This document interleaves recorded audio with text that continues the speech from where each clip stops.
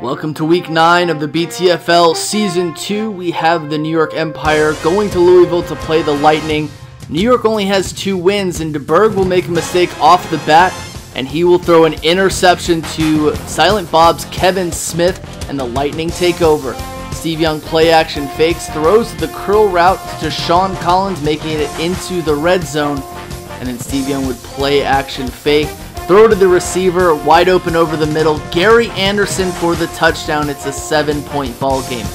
Right off the bat, ensuing kickoff, Pat Leahy, he kicks it to Jones, who bobs and weaves around defenders. He gets tackled and coughs the ball up. Lightning recover, but Leahy misses the field goal, so that fumble was all for naught. Tricky Ricky Irvins gets the ball down the right side on the handoff. He's been the most consistent player on the Empire. But this run would be all for naught because Steve DeBerg would throw an end zone interception to Eric Allen. How come this guy's not in the Hall of Fame? Neil Anderson gets the handoff, bobs and weaves around defenders, making guys look foolish down to the 40-yard line. And then Gary Anderson would get another touchdown catch over the middle, 14-0 2-possession game. Here's where trouble starts striking for the Lightning, as Thomas Everett intercepts the Hall of Famer Steve Young. 4th and 2. New York needs to capitalize. Gary Brown gets the ball on the flip, but he is turned over on downs.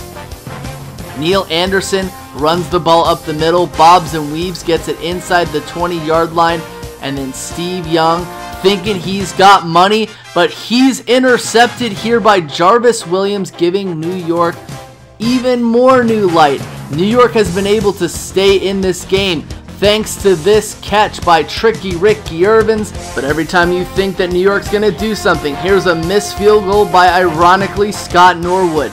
Steve Young saying, I need to get more points. I need to put this 2-win team away. I'm going to throw it to Gary Clutch City Clark inside the red zone. And Steve Young says, I'm going to do this myself. Can't trust my arms, so I'm going to do this with my legs. Steve DeBerg winds up, throws it down the left side to his best receiver, Mike Sherrard, and then Tricky Ricky Irvins. He bums the ball in for the touchdown. It's a 14-point ball game. Norwood, onside kick.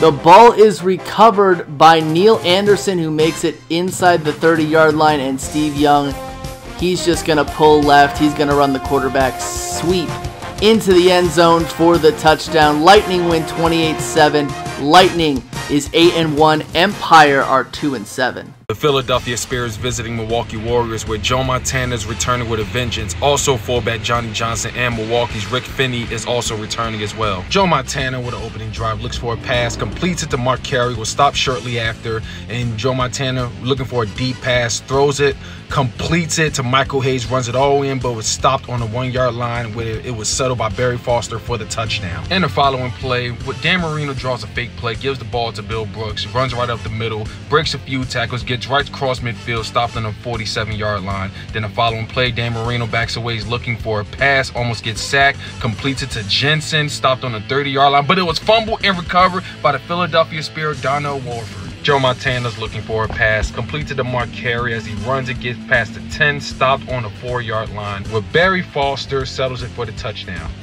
JK. LOL. So we thought that would be the case, but what really happened is that Barry Foster runs right through, was stopped on the 1-yard line, but it caused a fumble and it was recovered by the Milwaukee Warriors' William White. What a bonehead! Dan Marino's looking for an answer to put more points on the board, throws a pass to Mark Clayton, stopped right across midfield, and they settle for a field goal by Jeff Jager. Joe Montana is looking to put more points on the board, looking for a redemption, throws it to Mark Carey as he's running, gets stopped right on the 44-yard line. Joe Montana once again completes it to Mark Carey, runs it, stops right by the 11-yard line, and Joe Montana one last time completes it and finishes it to Mark Carrier, putting more points on the board. Joe Montana with the possession once again, bobbing and weaving, looks like he never lost a step, throws it to Barry Foster as he just gets across midfield. Joe Montana with another pass, throws it, completes it to Michael Hayes over a defender, Philadelphia is extending the lead. Joe Montana once again, with Milwaukee having no answer, throws it to Michael Hayes once again, wide open as he gets past the 30, past the 20, past the 10, the 5, touchdown Philadelphia. And welcome back Joe Montana and him desecrating the Milwaukee Warriors 35-10. Where, ladies and gentlemen, after long weeks of QB controversy between Joe Montana and Wade Wilson, I believe he has made his statement that this is my team. The Atlanta Fire and the Seattle Storm. Here we go. Esiason back to pass for the Fire. He's got plenty of time. He goes deep down the right side to Johnson. He makes the catch at the 45 and will get all the way down to the 30. That'll lead to a field goal, bringing the score to 3-0 for Atlanta. On the ensuing drive, Randall Cunningham and the Storm looking to answer back. He's got plenty of time. He throws deep down the field to Baker. He will get down to the 40-yard line. Cunningham then rolls right on the next play, showing off the footwork down to the 20-yard line. That'll lead to a field goal on their end, tying the game up at 3. Esiason back to pass on the ensuing drive. He's got Brooks on a curl route. He makes 1, 2, 3 guys miss, breaking into midfield, crossing midfield down to around the 45-yard line. Esiason deep down the field to Brooks again. He'll make the catch in the red zone, and then Esiason will roll to the right side on a bootleg, deep down the field to Page. He's all alone in the middle of the end zone, bringing the score to 9-3, and that's where it'll stay after a no-good PAT. Randall Cunningham on the next drive. Down the field to Baker. He makes the catch around the 30-yard line. On the next play, Cunningham looking deep downfield. He's got guys open. He dumps it off to White. He will get down to the 10-yard line, the 5-yard line, makes some guys miss. Lorenzo White into the end zone. This PAT is good. The Storm go up 10-9. Esiason then throws out of a sack deep down the field to Page, and he'll be intercepted. For the Storm, they take back over. Cunningham on the next drive, trying to make them pay for the turnover. Deep down the field to Green. He's going to make the catch at the 30-yard line, and he will get caught at the 10-yard line. The Storm now working in the red zone. Kirby zigzagging his way into the end zone, putting the Storm up 17-9. Cunningham on their next drive after a defensive stand deep down the field. He's got Jeffries down the field, and he will make the catch at the 15-yard line, make 2 guys miss. Hayward, Jeffries into the end zone. The Storm are pouring it on 24-9 now.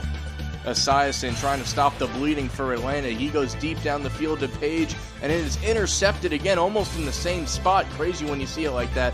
Cunningham now on the next drive to Baker. He's going to make the catch, and his defender falls down. He is eventually tackled from behind around the 20, and that'll lead to a field goal for the Storm. Not getting any better for Atlanta as the score is now 27-9. Esiason trying to make anything happen here. A dump off to Kay. He makes a few guys miss, gets down to midfield. Brooks will then take this handoff, and he makes a bunch of guys miss down to the 30-yard line. Later in the drive, touchdown, James Brooks. 27-16 here on the last play before the half. That goes nowhere. Cunningham in the second half on a naked bootleg makes a bunch of guys miss down to the 20-yard line. Cunningham now looking to pass, got some guys open. He picked Jeffries, and he'll stroll into the end zone, making that score 34-16. A fumble by Atlanta. Things are not getting any better. They're recovered by the Storm, and now Donnelly on a fake punt, it looks like. He's going to get tackled, and that's not going to go anywhere. Esiason with a naked bootleg out to the right side, deep down the field to Johnson. He's going to make the catch and get in the end zone. Van Johnson trying to pull Atlanta within an 11-point game. Onside kick comes next. It bounces around a little bit. The Storm pick it up and win 37-23. It's been a tough year for the Detroit Mustangs. Otis Anderson, however, for them does return as running back. 95 carries for 613 yards and 4 touchdowns. I'd say that's a pretty good cog on that offense to return. Anthony Carter of Detroit, he is the man who reels in the big touchdown early in the game. Then with under a minute left in response, deep ball Dante Hall. He makes the grab, and there he goes. Deep downfield, Hall is taken down inside the 15. Early in the second quarter here, Otis Anderson, who comes back from injury, he scores the touchdown, his first in the receiving game this year for Detroit. Mustangs have jumped out to a 14-0 lead late in the first half. Dave Craig, who has been a maestro out there, he responds. Mervin Fernandez catches his 5th touchdown of the season Our score is 14-7. Eddie Brown, former Bengals wide receiver, with the long ball here for Detroit. Mustangs leading by 7 before this pass is intercepted, giving Boston a late chance, but then Craig is picked off. So we head into the second half, and here comes the offense. The ball bounces around here from Brown, reeled in by the offense. Field goal from Lohmiller is good, so our score is 14-10. Boston trims the lead to just 4 on that kick from Lohmiller. Late in the third quarter, another kick on the way. Off the uprights, it's good. 14-13, Lohmiller strikes again. He is 11 for 16 on kicks this year. Deep ball to Carter, who somehow gets by the defense. Stop to the 5. A few plays later, here is the throw. Rob Bernstein makes the grab, and our score is 20-13. Detroit is on upset alert here in the fourth quarter, and the defense delivers. Gary Plummer with the sack. Missed field goal still gives Boston a chance. Eagles have been in so many tight games. Can they deliver a fourth quarter comeback? Under 2.5 to go. This is Jordan inside the 25-yard line. Then Craig, who is a dangerous runner too, escapes the pocket to the end zone for Fernandez. He reels it in, so a 2-point conversion is needed. And instead they go for the 1. Onside kick attempt from Lohmiller is recovered. And here comes Detroit to try and stop him and win the game. Deep to Fernandez again. He makes the catch and is down to the 1. Bailey scores. Incredible comeback by Boston. No 2-point try, but they win anyways, 27-21. Welcome to Florida, the Sunshine State, as the Tigers play the Miami Riptide.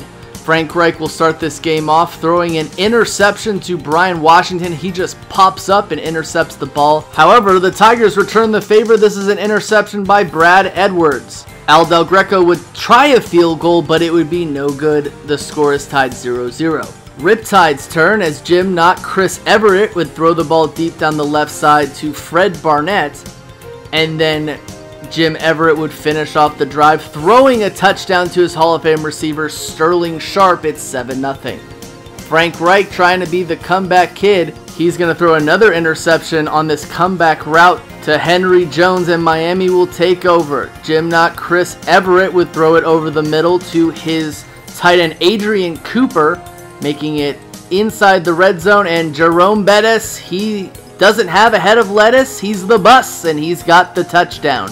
Another Hall of Fame running back, this time Emmitt Smith, would bob and weave around defenders, taking the ball inside the 30-yard line, and this field goal here would be made by Al Del Greco. 11-point ball game. Jim, not Chris Everett, would hand the ball off to Jerome Bettis. He's the bus, and he's going down the right side and then getting the ball up the middle, getting it inside the 10-yard line, and Mark Higgs would run it in for the touchdown. 21-3 is the score. We got Frank Reich, the comeback kid. The Patriots came back down 21-3 at halftime, but they didn't deal with all these missed field goals as Al Del Greco misses. Emmitt Smith, the Hall of Famer, gives the Tigers, or tries to give the Tigers, second life as Frank Reich backs up. He throws it down the right side, and the ball is intercepted once again by Brian Washington, and Jim, not Chris Everett, would run out of the pocket. He's got a Hall of Fame receiver down the right side as Sterling Sharp helps Miami get into good position for a Fred Barnett touchdown. 28-3. The score in that Super Bowl was also 28-3 at one point. Frank Reich is the comeback kid. Can he come back? Anthony Miller's got the touchdown, 28-10. Onside kick. Tigers need to recover. They don't. Miami does. And just for good measure, Sterling Sharp will help Miami pile up the score with this Jerome Bettis touchdown. 35-10, Miami wins. They're 6-3. Tigers are 4-5. Two 4-4 football teams, the Guardians and the Rampage. Ron Moore comes back from injury. This should help the Guardians out. Here's what won't help Cincinnati out. Ricky running Waters fumbles, and it's recovered by Jeff Cross, and Ron Moore would bum it in for the touchdown. Sam Seal on Brett Favre's first pass, he would intercept Brett Favre as the Rampage would get a second shot, as Ricky running Waters would fumble again. That's the second time in the game, recovered by Darren Perry. This seems to be some sort of a theme as two Hall of Famers hook up. Favre to Jerry Rice for the touchdown, 14-0. Mark Rypien was pretty good back in 91 when Washington won the Super Bowl. He's got Willie Gault, another Super Bowl champion, him with the Chicago Bears back in 85. It's a 7-point ball game. Favre runs out of the pocket. He throws it down the left side to "If loving you is wrong, I don't want to be right" to the 1-yard line, and Ron Moore's got the touchdown. Ricky Running Waters. Gotta stop giving this guy the ball because he's nothing but a fumble machine, recovered by Donald Frank.